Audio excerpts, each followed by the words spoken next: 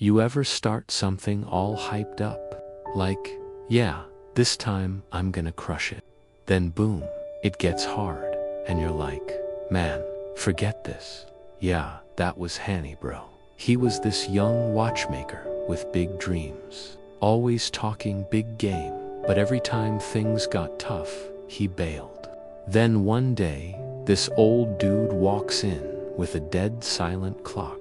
It hasn't ticked in 50 years, he goes. They say only your pops could fix it. Hanny's like, bet, I got this.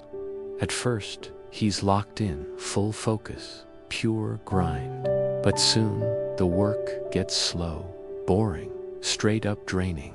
He's about to dip out when he finds his dad's old journal. Inside, it says, "A man who works only when he's inspired finishes nothing. Show up even when you don't feel like it." And that hit deep. From that day, Hanny changed his whole vibe, showing up every single day, no excuses.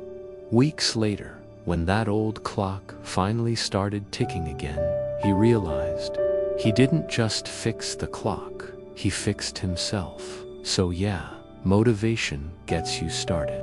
But discipline, that's what gets you across the damn finish line.